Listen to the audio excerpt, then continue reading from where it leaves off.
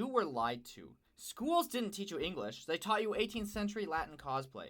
Back in the 1700s, grammarians tried forcing English into Latin rules. That's where arbitrariness like adverbs end in ly comes from. Now, when Apple released their famous Think Different campaign, they jumped on it. It's wrong, they said. But nobody says stay safely or work hardly. We say stay safe and work hard.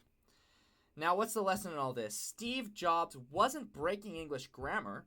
The false agenda was just being exposed. Now, what happens when these fake rules don't fit? Well, they blame the language. You were told English was just full of exceptions. Now, here's why that is so damaging. When they tell people a system is impossible, they just stop trying. Period.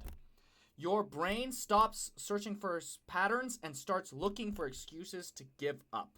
Now, for decades, everyone knew running a 4-minute mile was biologically impossible. Runners literally conditioned themselves to tap out before crossing the barrier. This lasted until Roger Bannister did the impossible, and then suddenly dozens of people were able to do it.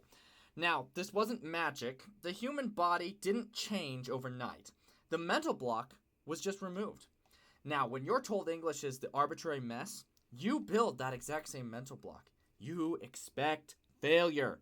Now, that's how we've systematically encoded anxiety and insecurity into our children by the millions. But the truth? Real English grammar is clean, structural, and shockingly consistent when you look at actual science instead of outdated etiquette. Now, there are dialects with some real differences, but these are mostly phonetic, as in they're to do with sound, not to do with the actual construction.